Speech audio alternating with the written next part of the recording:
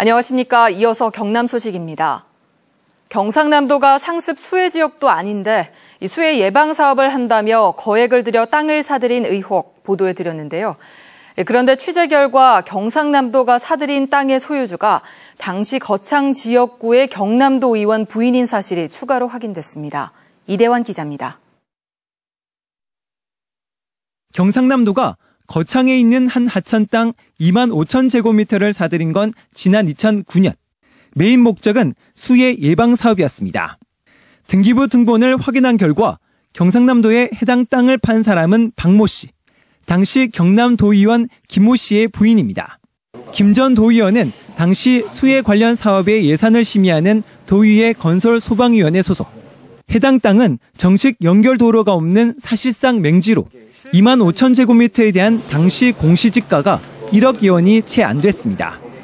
그런데 경상남도와 거창군은 김 전 도의원의 부인에게 14억 원을 주고 땅을 사들였습니다. 보상액이 좀 궁금해가지고. 보상액은 감정 평가하기 때문에 우리가 관여할 수 있는 사항은 전혀 없습니다. 거창군이 의뢰한 해당 땅의 감정평가액은 제곱미터당 최고 12만 원. 당시 인근의 주택 용지 등 경제적 가치가 상대적으로 높은 것도 감정평가액이 제곱미터당 4만 원에서 7만 원 선에 불과했던 데 비해 지나치게 높게 책정됐다는 지적이 나옵니다. 그러니까 어떤 판단하에서 이렇게 한 건지 저도 지금 납득은 안 가거든요. 이 땅보다는 이 땅이 더 좋았어야 돼요. 하천 부지에 있는 대지가 일반적으로 된 대지보다 더 가격이 높이 형성돼가 있는 것은 잘못됐다, 이건 한참 잘못됐다 이렇게. 이에 대해 김 전 의원은 문제의 땅을 지난 2005년 7억 원에 샀고 경상남도에 팔 때 오히려 손해를 봤다고 주장합니다. 내가 7억 2천을 준 거예요, 현금으로. 그러니까 그 증거는 안 남아있네요. 등기 네가 주고 나서 등기 서류를 없앴는데 세금을 2억 4천 내고 적자받잖아요. 그러나 지난 2006년 공직자 재산 공개 때 김 전 의원은 문제의 땅 가격을 7억 원이 아닌 8천여만 원으로 등록했습니다. KBS 뉴스 이전입니다. 경남선거관리위원회가 어제 공식 선거 운동이 시작되면서 지방선거 후보들의 선거 벽보를 통행이 잦은 건물과 외벽 등 경남 4,100여 곳에 붙였습니다.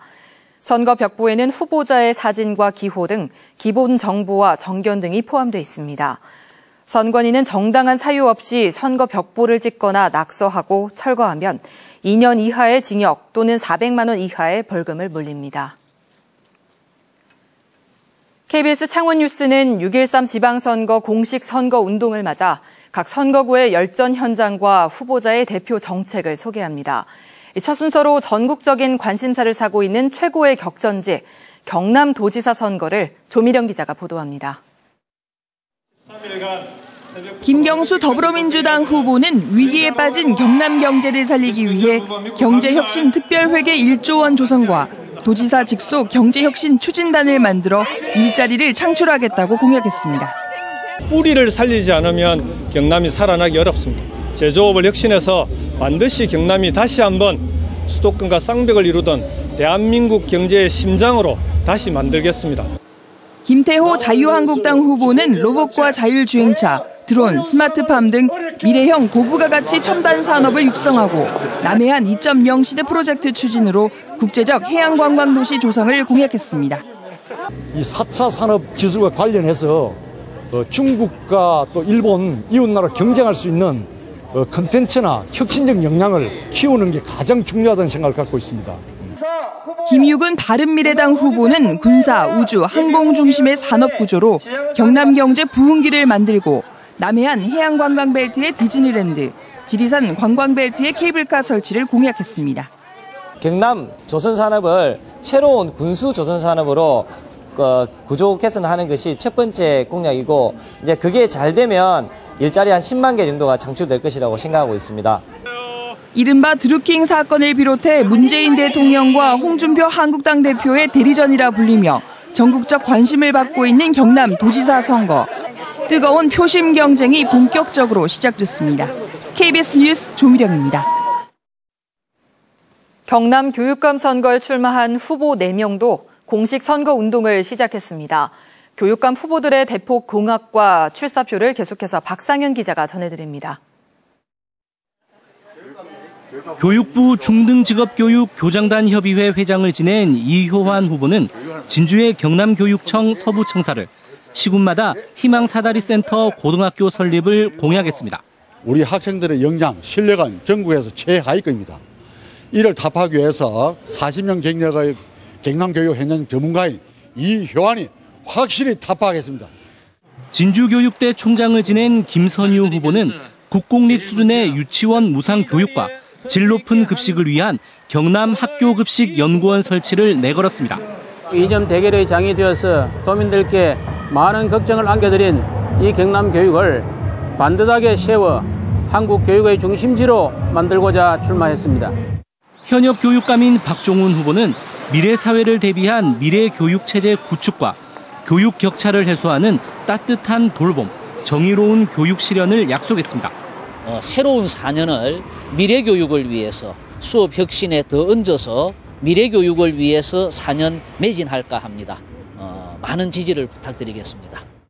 창원대학교 총장을 지낸 박성호 후보는 교권 보호 조례를 제정하고 옛 마산 진해 지역에 교육지원청을 설치하겠다고 밝혔습니다. 꿈과 희망을 가지고 경남 교육 현장에서 신바람나게 놀 수 있도록 만들기 위해 지금부터 경남 전역을 넓히면서 신바람나게 다니겠습니다. 주민 직선 교육감의 최초 재선 성공이냐, 새 교육감의 탄생이냐, 치열한 경쟁의 막이 올랐습니다. KBS 뉴스 박상현입니다.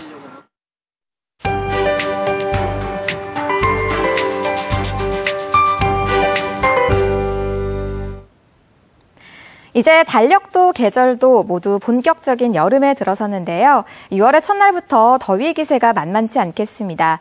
낮 기온이 어제보다 2도에서 5도 정도 더 오르겠고요. 내륙을 중심으로 30도 안팎의 더위가 기승을 부리겠습니다. 따라서 오늘 가벼운 옷차림 해주셔야겠는데요. 그만큼 자외선 차단에는 더욱 신경을 쓰셔야겠습니다. 자외선 차단제와 모자, 선글라스 등을 모두 챙기시는 게 좋겠습니다. 또 오늘도 오존 농도가 높습니다. 한낮에 장시간 야외 활동은 자제하시기 바랍니다. 오늘 경남 지역은 고기압의 영향권에 들어 종일 맑은 하늘이 이어지는데요. 오전 중에 일시적으로 미세먼지 농도가 높아져 공기가 탁하겠습니다.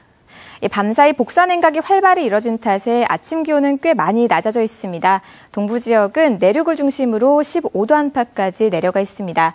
하지만 한낮에는 32도까지 크게 올라 덥겠습니다.